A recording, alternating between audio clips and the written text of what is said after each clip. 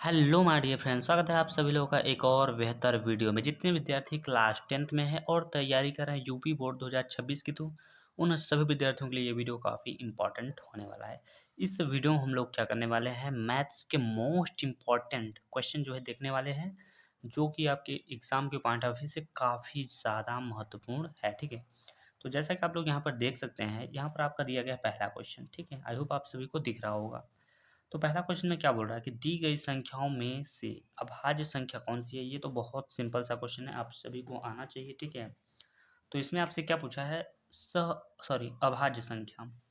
तो जीरो तो अभाज्य संख्या नहीं होता है, ये एक विषम संख्या, ये सम संख्या है। तो अभाज्य संख्या आपका कौन सा हो जाएगा, दो हो जाएगा। दो क्या है, एक अभाज्य संख्या है। तो ऑप्शन नंबर सी वाला इसका करेक्ट हो जाएगा। तो चलिए बढ़ते हैं अपने दूसरे क्वेश्चन की ओर। यहाँ पर आप लोग देख सकते हैं, ये दिया गया आपका क्वेश्चन नंबर दूसरा। क्वेश्चन नंबर दूसरे में आपसे क्या पूछ रहा है, कह रहा है 15, 18 और 24, ठीक है, का लसागु ज्ञात कीजिए। क्वेश्चन बहुत सिंपल है, आपको लसागु तो आता ही होगा। ठीक है, तो इसका आप लसागु निकालेंगे तो आपका जो लसागु है वो निकल के आएगा। वैसे आप देखिए, जिस विधि से आप जानते हैं लसागु निकालना, आप उसी विधि से निकालिएगा। लेकिन कुछ इसके फैक्ट्स हैं जो कि आप समझ पाएंगे तो जल्दी निकाल पाएंगे। जैसे 15 को हम यहाँ पर तोड़ देते हैं भाई। ठीक है, यहाँ पर समझने की कोशिश करिएगा। जैसे हम 15 को तोड़ेंगे तो 3 और गुणे में 5, ये हो जाएगा। और 18 है यहाँ पर, तो 18 को तोड़िएगा तो 2 तिहाई 6 होता है, और 6 को गुणा 3 में करेंगे तो 18 हो जाएगा। उसी तरीके से यहाँ पर हमारा क्या है, 24 है, तो 24 को लिखिएगा। ठीक है, तो इसको जब हम तोड़ेंगे, तो इसको जब आप तोड़िएगा तो सबसे पहले कैसे तोड़िएगा, 2 इंटू 2 इंटू 2 इंटू 3, 2 दूना 4, 4 दूना 8, 8 तरीके से यहाँ पर हो जाएगा 24। अब कैसे हम एलसीएम निकालें, समझिएगा। सबसे पहले इसमें जो संख्या हमारी कॉमन होगी उसको हम नोट कर लेंगे। तो कॉमन जो संख्या है वो यहाँ पर एक ठो 3 इसमें है, एक 3 इसमें है, और एक 3 इसमें है। तो ये हो जाएगा आपका एचसीएफ। तो जब एलसीएम निकालना होता है तो एचसीएफ सबसे पहले ज्ञात करते हैं, यानी 3 हो गया गुणे। अब जितनी भी संख्या यूज हुआ है, जैसे यहाँ पर 5 है तो एक बार 5 है, तो एक बार 5 आप लिखिए। ठीक, 2 कितनी बार है, तो 1 2 3 और एक यहाँ पर है 4। 2 दूना 4, 4 दूना 8, 8 दूना 16 हो जाएगा यहाँ पर। ठीक है, तो हमने यहाँ पर क्या लिखा, 3 5 लिखा। अब क्या लिखेंगे, अब हमारी जो संख्या यूज हुई है, एक 3 और, क्योंकि एक तो यहाँ पर है तो इस 3 को भी लेंगे हम। और 2 कितनी बार है, 1 2 3 4, यानी 4 का गुना कितना हो जाएगा, तो यहाँ पर 8 हो जाएगा। 5 यहाँ पर देखिएगा, ये 8 तरीक 24 हो जाएगा, ये 5 3 15 हो जाएगा। तो 15 का जब 24 में आप गुणा करेंगे तो इसका जो गुणा है वो निकल के आएगा 360, और यही इस क्वेश्चन का करेक्ट आंसर है। ठीक है, ये क्वेश्चन काफ़ी इंपॉर्टेंट भी है, तो इसमें आप क्या करिए, स्टार भी बना लीजिए। ये क्वेश्चन बहुत ज़्यादा इंपॉर्टेंट है। तो चलिए समझते हैं क्वेश्चन नंबर 3 को। यहाँ पर देख सकते हैं, ये दिया गया क्वेश्चन नंबर 30। इसमें कह रहा है कि निम्न में से कौन सा सह अभाज्य संख्याओं का एक युग्म है। सह अभाज्य संख्या को हम लोग इंग्लिश में को प्राइम नंबर बोलते हैं। तो देखिए, जिन दो संख्याओं, यानी जिसका एचसीएफ कितना है, एक होता है। एचसीएफ मतलब मस, वही होता है क्या, अभाज्य संख्या। यहाँ पर एक संख्या 18 और एक संख्या 25 है, इसका हम एचसीएफ निकाल के देखेंगे। तो पहले 25 को समझते हैं। 25 यानी 5 गुणे 5, ये इसका एक फैक्टर है।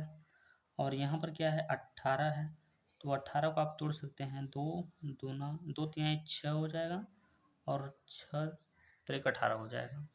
इसमें आप ये बताइए, इसमें एचसीएफ आप कितना बताओगे। आप कहोगे इसका एचसीएफ 1 होगा, क्योंकि इसमें 5 है, इसमें 5 नहीं, इसमें 2 है, इसमें 2 नहीं है, 3 है, 3 नहीं है।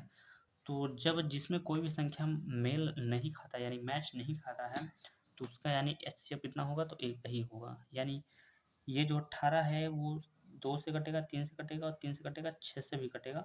लेकिन ये अपने आप केवल 5 से कटेगा, या तो 25 से कटेगा।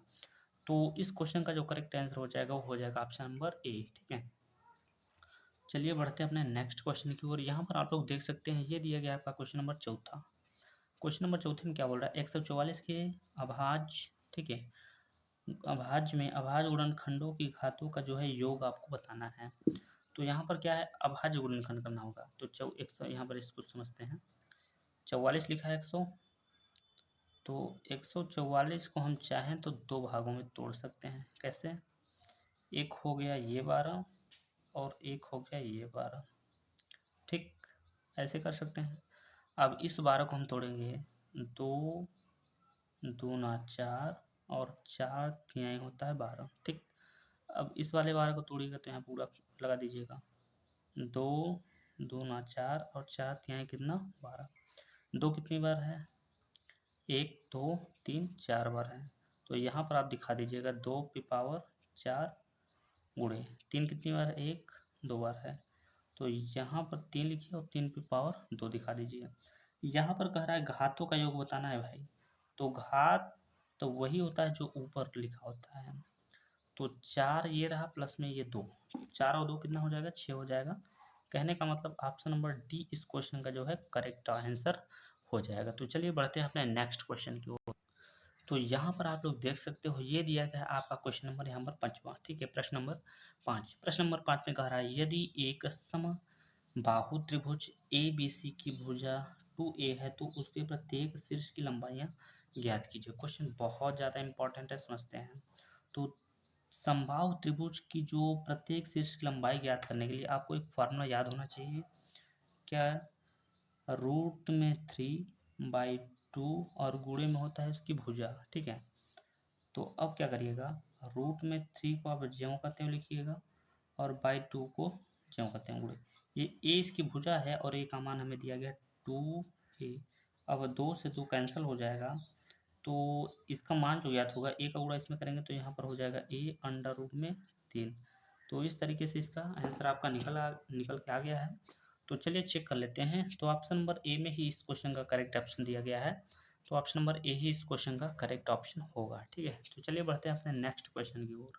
तो यहाँ पर आप लोग देख सकते हैं, यहाँ पर दिया गया है आपका क्वेश्चन नंबर 6। ठीक है, क्वेश्चन नंबर 6 में आपसे क्या पूछ रहा है, कह रहा समांतर श्रेणी 10 7 10,7, 4 डॉट डॉट डॉट का 20वां पद होगा। आपसे क्या बोल रहा है, 20वां पद ज्ञात करिए। तो चलिए इसको हम लोग क्या करते हैं, एक छोटे से पेज में यहाँ पर सॉल्व करने की यहाँ पर कोशिश करते हैं। चलिए सबसे पहले आप समझिएगा, जो आपका है यहाँ पर 10, इसको हम बोलते हैं प्रथम पद और प्रथम पद को हम डिनोट करते हैं ए से। तो प्रथम पद बराबर कितना हो जाएगा आपका, क्या 10 हो जाएगा। उसके बाद अब इसका हम डिफरेंस निकाल लेते हैं, डी फॉर डिफरेंस।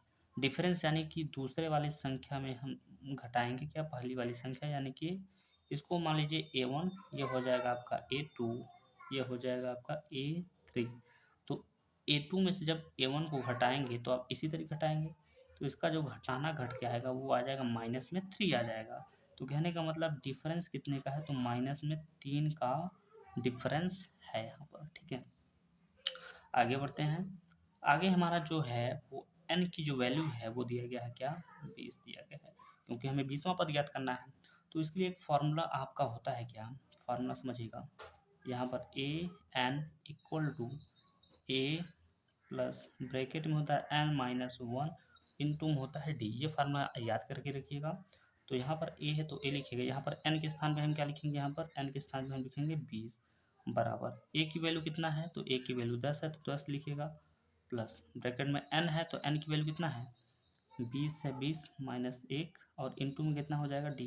d की वैल्यू कितना है, तो माइनस में 3 है तो यहाँ पर माइनस में 3 लिखिएगा। ठीक है, तो a20 बराबर यहाँ पर 10 ज्यों का त्यों, ये हो जाएगा आपका प्लस 20 में से 1 घटाएगा तो यहाँ पर हो जाएगा 19 और यहाँ पर माइनस में यहाँ पर हो जाएगा क्या, 3 हो जाएगा। तो a20 बराबर यहाँ पर हो जाएगा 10 प्लस माइनस माइनस हो जाएगा, 19 3 कितना होता है, तो 57 होता है भाई। तो 57 कर दीजिएगा। अब क्या करिएगा, तो 57 में से आप 10 को घटाइएगा तो माइनस में आपका यहाँ पर 47 जो है प्राप्त हो जाएगा और इस तरीके से ये आपका हो जाएगा क्वेश्चन का करेक्ट आंसर।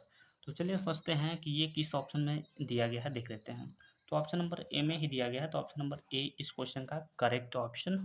ठीक है, चलिए बढ़ते हैं अपने नेक्स्ट क्वेश्चन की ओर। यहाँ पर आप लोग देख सकते हैं क्वेश्चन नंबर 7। क्वेश्चन नंबर 7 में क्या बोल रहा है, किसी संख्या का 1/3 भाग 21 के बराबर है तो वह संख्या ज्ञात कीजिए। अब कोई संख्या यहाँ पर पूछा है, ठीक है, क्या पूछा है, कोई संख्या। तो हम मान लेते हैं वो संख्या कौन सी होगी, वो संख्या होगी, यहाँ पर समझ पाएंगे तो ध्यान समझिएगा। मान लेते हैं कोई संख्या यक्स है, ठीक है, और कह रहा है किसी संख्या का 1/3 यानी कोई संख्या यक्स है, इसका 1/3 यानी 1/3 किसके बराबर है, तो 21 के बराबर है। तो बराबर में किस दिखा दीजिएगा। अब यहाँ पर यक्स का गुणा 1 में करेंगे तो यहाँ पर लिखेंगे एक्स, और बटे में आपका हो जाएगा कितना, 3 हो जाएगा, बराबर में कितना हो जाएगा, तो 21 हो जाएगा। अब तिरे गुणा कर दीजिएगा तो इस तरीके से आपका जो आंसर निकल के आएगा वो हो जाएगा आपका 63, क्योंकि 21 का 3 गुना क्या होता है, 63 होता है। और 63 जो दिया गया वो दिया गया है ऑप्शन नंबर सी में, तो ऑप्शन नंबर सी इस क्वेश्चन का राइट आंसर हो जाएगा। समझ पा रहे हैं, ठीक है। चलिए यहाँ पर देखिए अब क्वेश्चन नंबर 8। क्वेश्चन नंबर 8 काफ़ी ज़्यादा इम्पोर्टेंट है, इसको हम महत्वपूर्ण में रख सकते हैं। कह रहा है यदि दो समरूप समरूप जो है त्रिभुज की भुजाएं 2:3 के अनुपात में हो तो इसका क्षेत्रफल ज्ञात करना है। जब आपसे पूछेगा दो समरूप त्रिभुजों की संगत भुजाएं आपसे दिया गया है, संगत भुजाएं दिया गया, इसका क्षेत्रफल पूछ रहा है, तो आपको क्या करना है, इन्हीं संगत भुजाओं का वर्ग कर देना होगा। जैसे कि 2 का वर्ग हो जाएगा 4 और 3 का वर्ग हो जाएगा 9, इस तरीके से। तो देख लीजिएगा किस ऑप्शन में दिया गया, तो ऑप्शन नंबर यहाँ पर पहले में दिया गया, तो ऑप्शन नंबर ये करेक्ट हो जाएगा। अगर आपसे कहता कि दो समरूप त्रिभुजों की क्षेत्रफलों की संगत का अनुपात जो है दिया गया है इतना, उसकी भुजाएं ज्ञात करिए, तो आप इसको ये वाला टिक कर देते हैं, ठीक है। चलिए समझिएगा आगे। यहाँ पर आप लोग देख सकते हैं ये दिया गया आपका क्वेश्चन नंबर 9, और क्वेश्चन नंबर 9 में क्या बोल रहा है, यदि मीनार की ऊंचाई एवं उसकी छाया की लंबाई समान हो तो सूर्य का उन्नयन कोण ज्ञात कीजिए। इसको आपको समझना होगा बहुत धैर्य तरीके से, तो समझिएगा। कह रहा है यदि कोई मीनार, मान लीजिए कोई मीनार है, ये है, ठीक है, एवं उसकी छाया, अब कोई मीनार यहाँ पर है तो उसकी छाया तो इधर ही बनेगी, ठीक, आप कहेंगे बिल्कुल। कह रहा है कि लंबाइयाँ समान हो तो इसका उन्नयन कोण, इसकी जो लंबाई है यानी ये और ये क्या है, समान है। अब यहाँ से हम क्या करते हैं, इसको इधर मिला देते हैं, ठीक है। तो कह रहा है इसकी लंबाइयाँ जो है समान है। अब आप यहाँ पे समझिएगा, इसका नाम देते हैं पहले, ये ए, ये बी और ये सी हो गया, ठीक है। थीटा की वैल्यू यहाँ पर आपसे पूछ रहा है, यानी थीटा की वैल्यू बराबर क्वेश्चन मार्क। चलिए तो यहाँ पर हमसे पूछा गया है इसकी लंबाई जो है समान है, यानी ये वाली लंबाई इस वाली लंबाई के समान है। तो इसकी लंबाई हमें पता नहीं, तो हम मान लेते हैं भाई इसकी लंबाई क्या होगी, यक्स होगी। जब ये वाली यक्स होगी तो भाई ये भी वाली तो यक्स होगी। अब यहाँ पर लंब और आधार की जब बात करता है तो वहाँ पर हम tan थीटा का जो है प्रयोग करते हैं, क्योंकि tan थीटा बराबर क्या होता है, लंब बटे आधार होता है, आप सभी को पता होना चाहिए। तो लंब का मान क्या पता है हमें भाई 1, और आधार का भी मान हमें x ही पता है, यानी सेम चीज़ है। तो यहाँ पर हम क्या करेंगे, tan थीटा बराबर ये कट जाएगा तो 1 बचेगा। अब क्या करिएगा, ये tan के किस अंश का मान है, क्या tan के किस अंश का मान है, 1, तो ये है tan के 45 अंश का मान। तो tan से tan कैंसिल हो जाएगा, यहाँ पर समझिएगा, tan से tan कैंसिल हो गया, तो इसलिए थीटा की जो वैल्यू है वो आ जाएगा 45 डिग्री। तो थीटा की वैल्यू में हमने कितना ज्ञात किया, 45 डिग्री। 45 डिग्री जो है ऑप्शन नंबर डी में दिया गया, तो ऑप्शन नंबर डी इस क्वेश्चन का करेक्ट ऑप्शन हो जाएगा। तो चलिए बढ़ते हैं अपने नेक्स्ट क्वेश्चन की ओर। तो चलिए इतना तो आपको समझ में आ गया होगा, अब हम बढ़ते हैं अपने नेक्स्ट क्वेश्चन की ओर। ये क्वेश्चन भाई काफ़ी ज़्यादा महत्वपूर्ण है भाई, ठीक है। क्वेश्चन नंबर 10, क्वेश्चन नंबर 10 में कह रहा है कि दो वृत्त एक दूसरे को अंतः, यहाँ पे याद रखिएगा, अंतः स्पर्श करते हैं, ठीक है। वृत्तों के केंद्रों के बीच की दूरी जो दिया गया है वो दिया गया है 3 सेंटीमीटर, ठीक है। आगे बोल रहा है यदि एक वृत्त की त्रिज्या 2 सेंटीमीटर है तब दूसरे वृत्त की त्रिज्या क्या होगी भाई, इसको आपको समझना होगा बहुत अच्छे तरीके से। चलिए इस वाले में हम सॉल्व कर लेते हैं। चलिए भाई यहाँ पे समझते हैं। सबसे पहले कह रहा है एक जो दो वृत्त है, सबसे पहले हम एक वृत्त बना लेते हैं यहाँ पर बड़ा सा, ये हो गया हमारा क्या, एक वृत्त हो गया। ठीक है, कह रहा है दो वृत्त एक दूसरे को अंतः स्पर्श करते हैं, तो यानी अंतः यानी अंदर से एक वृत्त हम बना लेते हैं कुछ इस तरीके से। ठीक, दिख रहा होगा आप सभी को। दो हो गया, अंतः स्पर्श करते हैं। वृत्त माने वृत्तों के केंद्रों के बीच की दूरी। अब वृत्त का एक केंद्र यहाँ पर होगा और एक केंद्र होगा यहाँ पर। ठीक है, केंद्र यानी बीच की, बीच की जो यहाँ से यहाँ तक की दूरी हमको दिया गया है 3 सेंटीमीटर, और उनमें से एक वृत्त की त्रिज्या जो है 2 दिया गया। मान लेते हैं ये छोटे वाले वृत्त की त्रिज्या हमें दिया गया है, कितना दिया गया है भाई 2। यहाँ पर आप दिखा दीजिए कि r बराबर यहाँ पर हमें 2 दिया गया है। ठीक है, अब आपसे पूछ रहा है यहाँ और यहाँ की जो बीच की दूरी आपसे दिया गया है 3 सेंटीमीटर। तो आप चाहे तो डायरेक्ट आप इसका और इसका जोड़ के डायरेक्ट 5 बता सकते हैं, लेकिन आपको करना क्या है थोड़ा सा। अब क्योंकि वृत्तों के केंद्रों के बीच की दूरी हमें दिया गया है 3 दिया गया है। हिंदी में लिख दीजिए, वृत्तों के केंद्रों, ठीक है, केंद्रों के बीच की दूरी बराबर, ये क्या करिए माने बड़े वाले वृत्त में से आप छोटे वृत्त को घटा दीजिए। बड़े वृत्त को हम घटा कैपिटल R से दर्शाते हैं और छोटे वृत्त को 2 डायरेक्ट लिख देते हैं, क्योंकि R से क्या दर्शाएंगे। वृत्तों के केंद्रों के बीच की दूरी हमें दिया गया कितना 3 दिया गया है, और बराबर में यहाँ पर R माइनस में 2। जब ये 2 इधर आ जाएगा तो ये प्लस में हो जाएगा, तो 3 और प्लस में 2 बराबर में यहाँ पर हो जाएगा R। तो 3 और 2 होता है कितना 5 सेंटीमीटर। 5 सेंटीमीटर इस क्वेश्चन का जो है करेक्ट ऑप्शन हो जाएगा। हम चाहते तो आपको डायरेक्ट बता सकते थे, यहाँ पर 2 सेंटीमीटर दिया है, इसकी बीच की दूरी दिया गया है, तो 3 2 5 आप डायरेक्ट यहाँ पर कर सकते थे। ठीक है, तो चलिए चलते हैं अपने नेक्स्ट क्वेश्चन की ओर। चलिए यहाँ पर आप लोग देखिए, यहाँ पर दिया गया है क्वेश्चन नंबर 11। क्वेश्चन नंबर 11 काफ़ी ज़्यादा आसान है। ठीक है, इसमें कह रहा है कि समीकरण x minus Y equal to में 2x plus Y equal to 2 का हल होगा। अब देखिए यहाँ पर आप कुछ नहीं करना है, इन ऑप्शन को लेकर चलना है।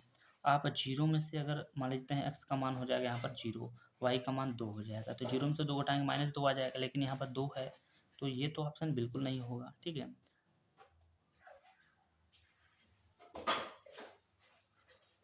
तो चलिए ये वाला नहीं होगा, ये वाला भी आपका नहीं होगा। इसको हम चेक कर लेते हैं, देखते हैं होता है कि नहीं।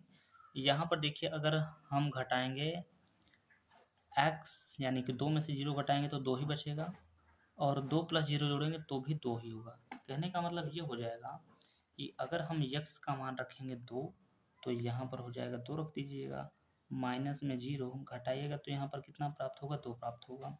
अब यहाँ पर x का मान रखेंगे 2 और इसका 0, तो यहाँ पर भी आपका 2 होगा। तो इसका मतलब ये हुआ कि ऑप्शन नंबर जो दूसरा वाला है, जो बी वाला है, इस कंडीशन को पूरा कर रहा है। तो इसका मतलब ऑप्शन नंबर दूसरा इस क्वेश्चन का करेक्ट ऑप्शन होगा। ठीक है, चलिए बढ़ते हैं अपने नेक्स्ट क्वेश्चन की ओर। यहाँ पर देख सकते हैं क्वेश्चन नंबर 12 दिया गया है। क्वेश्चन नंबर 12 में क्या बोला, द्विघात समीकरण 2x² माइनस 4x प्लस में 1 इक्वल टू में 0 के मूल होंगे।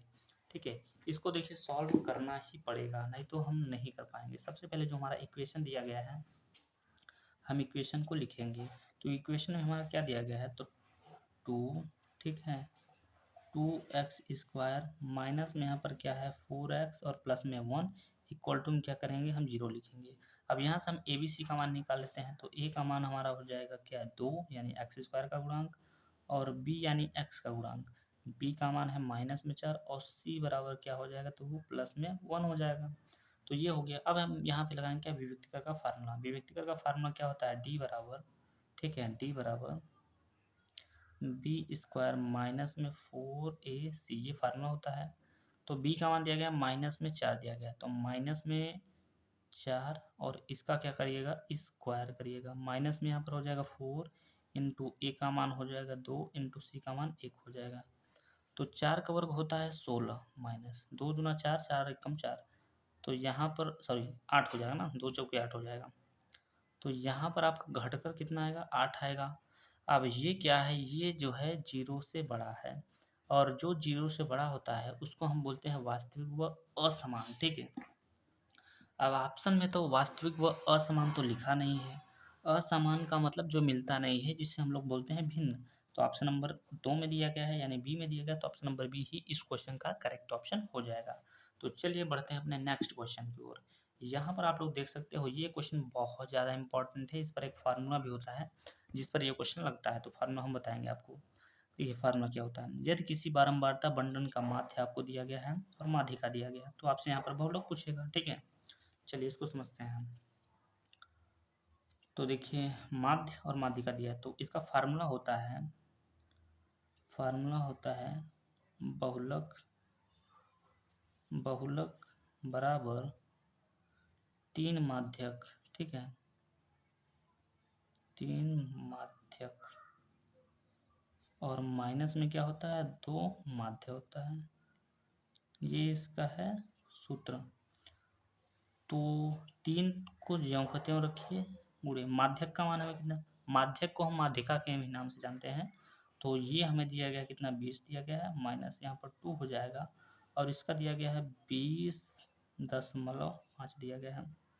तो 20 तिहाई हो जाएगा यहाँ पर 60, माइनस 20.5 का गुणा आप 2 में करेंगे तो ये 41 हो जाएगा, और यहाँ पर हो जाएगा आपका 9, और यहाँ पर 1 हो जाएगा। कहने का मतलब 19 आपका जो है घटकर आएगा, ठीक है। तो 19 जो दिया गया है वो ऑप्शन नंबर सी में दिया गया, तो ऑप्शन नंबर सी इस क्वेश्चन का करेक्ट आंसर हो जाएगा। तो चलिए बढ़ते हैं अपने नेक्स्ट क्वेश्चन की ओर। यहाँ पर आप लोग देख सकते हैं, ये दिया गया है क्वेश्चन नंबर 14। क्वेश्चन नंबर 14 काफ़ी आसान है। इसी क्वेश्चन से रिलेटेड मैंने एक क्वेश्चन बता रखा है। कह रहा है 6 मीटर ऊंचे खंभे की छाया जो है 2 अंडर रूट, ठीक है। तो इसी से रिलेटेड मैंने एक क्वेश्चन आपको बताया है जो कि सेम है। सबसे पहले कह रहा है 6 मीटर का एक खंभा है।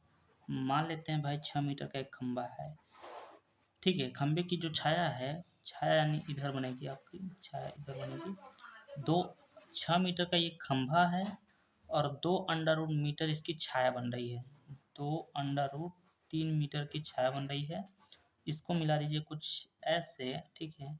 और कह रहा है तब उस सूर्य का उन्नयन कोण यानी थीटा की वैल्यू आपसे यहाँ पर पूछ रहा है। इसका नाम दे दीजिए, इसका ए हो गया, ये बिंदु बी हो गया, ये बिंदु सी हो गया। तो चलिए इसको भी हम लोग सॉल्व कर लेते हैं भाई, ठीक है। तो सबसे पहले यहाँ पर लंब और आधार की ही बात हुआ है। हमने बोला है जब लंब आधार की बात करेगा तो आपको tan थीटा का यूज वहाँ पे करना होगा। तो tan थीटा बराबर क्या होता है, ए बी चाहे लिखें चाहे डायरेक्ट 6 लिखें, क्योंकि लंब आपका 6 है, आधार कितना है, तो 2 अंडर रूट का 3। अब इसे हम लोग सॉल्व करेंगे, तो यहाँ पर लिखेंगे tan थीटा बराबर, ये 2 से काट दीजिएगा, तो 2 से काटिएगा तो ये 3 बार में कटेगा, और यहाँ पे बचेगा केवल रूट में 3।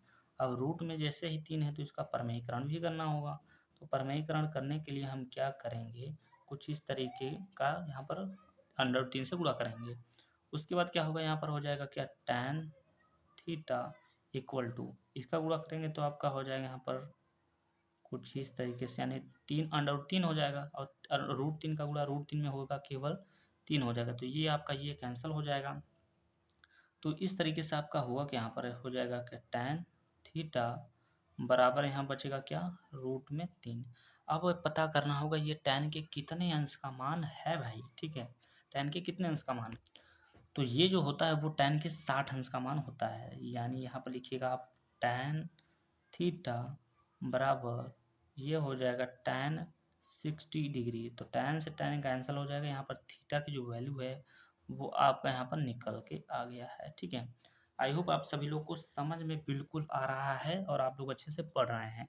और जितने भी विद्यार्थी चैनल पर नए आते हैं कृपया चैनल को सब्सक्राइब कर लें भैया, ठीक है। तो 60 डिग्री ऑप्शन नंबर ए में दिया गया, तो 60 डिग्री यानी ऑप्शन नंबर ए इस क्वेश्चन का करेक्ट ऑप्शन हो जाएगा। तो चलिए बढ़ते हैं अपने नेक्स्ट क्वेश्चन की ओर। यहाँ पर आप लोग देख सकते हैं ये दिया गया है आपका क्वेश्चन नंबर 15। क्वेश्चन नंबर 15 से पहले मैंने इस जैसा ये क्वेश्चन है उसी से पहले हमने एक क्वेश्चन बताया था आपको। यहाँ पर कह रहा है दो समरूप त्रिभुजों के क्षेत्रफलों का अनुपात इतना दिया गया है, तो त्रिभुजों की संगत भुजाओं का अनुपात भी आती है। जब आपको क्षेत्रफलों का अनुपात दिया होता है तो भुजाओं का अनुपात ज्ञात करने के लिए आपको क्या करना होता है, जैसे ये 4 है, 16 है, 16 कितने का वर्ग होता है, 4 का वर्ग होता है, तो 4 लिखिएगा। 25 कितने का वर्ग होता है, 5 का, तो 5 लिखिएगा, यानी 4 अनुपात 5 इस क्वेश्चन का करेक्ट ऑप्शन हो जाएगा। बस कुछ नहीं करना है इसमें। तो चलिए चलते हैं अपने नेक्स्ट क्वेश्चन की ओर। चलिए यहाँ पर देखिएगा, ये दिया गया है क्वेश्चन नंबर 16। क्वेश्चन नंबर 16 में क्या बोल रहा है, माध्य माध्यक एवं बहुलक के बीच संबंध होगा। तो यही वाला क्वेश्चन अभी मैंने थोड़ी देर पहले बताया था कि बहुलक बराबर 3 माध्यक माइनस 2 माध्यक। ऑप्शन नंबर सी इस क्वेश्चन का करेक्ट ऑप्शन हो जाएगा। ये वाला आपका जो फार्मूला है इसको आप नोट कर लीजिएगा, ये इंपॉर्टेंट फार्मूला है भाई। इससे रिलेटेड एक क्वेश्चन आपको जो है देखने को मिलता है, तो इसको आप नोट करिएगा और उसे लर्न कर लीजिएगा अच्छे से। चलिए बढ़ते हैं अपने नेक्स्ट क्वेश्चन की ओर। यहाँ पर देख सकते हैं क्वेश्चन नंबर 17 कह रहा है, एक समचतुर्भुज के विकर्णों की लंबाई 8 सेंटीमीटर और 6 सेंटीमीटर है, इसकी प्रत्येक भुजा की माप ज्ञात कीजिए। चलिए इसको भी हम लोग सॉल्व कर लेते हैं, बहुत अच्छा क्वेश्चन है यहाँ पर।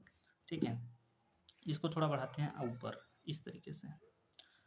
कह रहा है एक समचतुर्भुज है, ठीक है, मान लेते हैं भाई समचतुर्भुज है। तो समचतुर्भुज को हम कुछ बनाते हैं इस तरीके से, इस तरीके से। ठीक, कोई दिक्कत नहीं। अब कह रहा है इसके विकर्णों की लंबाइयाँ, तो विकर्ण इसका ये हो गया, एक ये हो गया, इसका नाम दे देते हैं भाई। तो ये हो गया ए, ये हो गया आपका, क्या हो जाएगा यहाँ पर, ठीक है, ये हो जाएगा, यहाँ पर ले लेते हैं बी, यहाँ पर सी, और ये हो जाएगा डी। यहाँ पर आप ओ बिंदु कर दीजिए जहाँ पे ये दोनों कट रही हैं। ठीक है, तो हमें कुछ कुछ का मान यहाँ पर दिया गया है। ठीक है, इनकी विकर्णों की जो लंबाइयाँ है वो दिया गया हमको, जैसे कि यहाँ पर ए सी का और बी डी का मान दिया गया है। ठीक है, तो हम लिख लेते हैं ए सी का हमें मान दिया गया है भाई 8 दिया गया है, और किसका दिया गया है, तो बी और डी का मान दिया गया है 6। सबसे पहले हम क्या करेंगे, इसको देखिए, ये जो ए ओ है, ये ए ओ है। अब हमसे यहाँ पर क्या पूछ रहा है, इसकी प्रत्येक भुजा, यानी हम एक भुजा इसको ज्ञात कर लेंगे तो बाकी का भुजा हम निकाल लेंगे, क्योंकि जो है समचतुर्भुज में क्या होती है, सभी भुजाएं समान होती हैं। तो ए ओ जो है वो आधा है किसका, ए सी का। तो ऐसे लिखेंगे, तो ए ओ बराबर 1/2, ठीक है, गुणे ए सी का मान कितना पता है 8। तो यहाँ पर हो जाएगा ए ओ बराबर, ये हो जाएगा आपका 4 सेंटीमीटर। ठीक, तो ए ओ का मान हमने ज्ञात कर लिया। अब हम बी ओ का मान ज्ञात करेंगे, तो यहाँ पर लिखेंगे क्या, यहाँ पर लिखेंगे बी ओ, ठीक है, बी ओ जो है, ठीक है, बी ओ जो है, तो यहाँ पर हम लिखेंगे बी ओ, ये जो बी ओ भुजा है, यहाँ से लेकर ये वाली भुजा, ये आधा है किसका, ये बी डी का आधा है भाई, आप समझिएगा। तो यहाँ पर लिखिएगा बी ओ बराबर 1/2 गुणे बी डी का मान कितना दिया गया, तो बी डी का मान हमें दिया गया 6, 2 से काट दीजिएगा, तो यहाँ पर आपका 3 सेंटीमीटर निकल गया बी ओ का। ठीक, तो हमें पता चल गया ए ओ का मान कितना, यानी ये वाली भुजा हमें पता चल गया 4 सेंटीमीटर, और ये वाली भुजा पता चल गया कितना 3 सेंटीमीटर, और लंब आधार हमें पता चल गया, तो कर्ण का मान तो निकाल ही सकते हैं। ठीक है, तो कर्ण का यानी ए बी का मान, ए बी का मान निकालने के लिए हम क्या करते हैं, इसके वर्ग की भुजा और इसके वर्ग की भुजा, यानी कि हम लिखेंगे ए बी का स्क्वायर बराबर 4 का वर्ग 16 और प्लस में 3 का वर्ग 9। ठीक है, तो यहाँ पर लिखेंगे A B square equal to, ये हो जाएगा आपका 25, और इसका स्क्वायर हटाएंगे तो इसमें लग जाएगा रूट, तो ए बी बराबर यहाँ पर रूट लगेगा, और रूट में हो जाएगा 25। तो कहने का मतलब ये 5 का वर्ग है, तो इसका हमारा भुजा निकल गया 5। अब इसका 5 है तो बाकी सबका क्या होगा, 5 ही होगा। और इस तरीके से आपके क्वेश्चन का जो करेक्ट आंसर हो जाएगा वो हो जाएगा ऑप्शन नंबर डी हो जाएगा। ठीक है, चलिए बढ़ते हैं अपने नेक्स्ट क्वेश्चन की ओर। यहाँ पर देख सकते हैं छोटा सा क्वेश्चन बोल रहा है, कह रहा है कि समद्विबाहु त्रिभुज की तीनों भुजाओं के मध्य बिंदुओं को मिलाने से बना त्रिभुज होता है। माने कि आप एक समद्विबाहु त्रिभुज बना लीजिए, उसके बीच में एक सीधी लाइन खींच दी, लंब खींच दीजिए, और इससे जो दो त्रिभुज बने हैं उनको आप क्या बोलेंगे, तो उनको हम समद्विबाहु त्रिभुज बोलेंगे। तो ऑप्शन नंबर यहाँ पर डी इस क्वेश्चन का जो है करेक्ट ऑप्शन हो जाएगा, समद्विबाहु त्रिभुज। ठीक है, चलिए अपने बढ़ते हैं नेक्स्ट क्वेश्चन की ओर। यहाँ पर देख सकते हैं क्वेश्चन नंबर 19। क्वेश्चन नंबर 19 काफ़ी ज़्यादा इंपॉर्टेंट है लेकिन बहुत आसान है। यहाँ पर लिखा है सेक को हम बदल सकते हैं 1/cos थीटा में। भाई अगर आप सभी को अच्छे से मैथ्स पढ़ना है तो प्लीज़ चैनल को सब्सक्राइब कर लीजिए। यहाँ पर लिखा है वन कोसेक लिखा है ना, तो कोसेक को हम क्या बोल सकते हैं 1/sin लिख सकते हैं, 1/sin थीटा। और tan थीटा को हम क्या लिख सकते हैं साइन थीटा। ठीक है, बटे में हम क्या लिख सकते हैं कास थीटा लिख सकते हैं, कास थीटा लिख सकते हैं यहाँ पर। अब क्या करिएगा, ये साइन से ये साइन कैंसिल हो जाएगा, तो ऊपर आपका क्या बचेगा, एक बचेगा, और नीचे कास का कास में करेंगे तो यहाँ पर हो जाएगा कास स्क्वायर थीटा। 1/cos ये चेंज होता है आपका सेक स्क्वायर थीटा में।